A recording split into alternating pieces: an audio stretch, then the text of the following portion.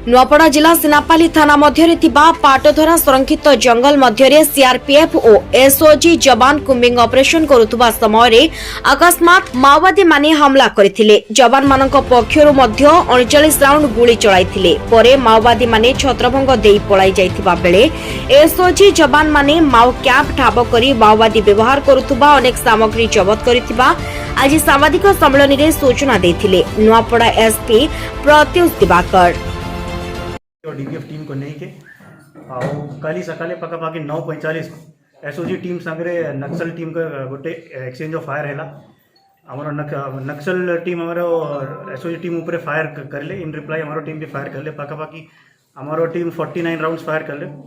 तापरे से एरिया को सर्च करिबा परे हमें किछि किछि चीज पाउछु जोटा लिस्ट हमें आपन को दे देबु। नक्सल साइड रे हमें किछि बॉडी पाइलो नहीं माने किछि कैजुअलिटी नहीं और हमर लोक भी सब सेफ अछंती। एबे कॉम्बिंग ऑपरेशन चल छी ना सर कॉम्बिंग ऑपरेशन एबे भी हां एबे कॉम्बिंग ऑपरेशन चली छी आउ तो सही एरिया रे हमें और ऑपरेशन करू छु और यदि किछि आउ किछि नतीजा आसले हम आप लोग को जणाइबे। ठीक। नुआपड़ा जिल्लारू जगन्नाथ सागर रिपोर्ट ओडिशा हाइलाइट।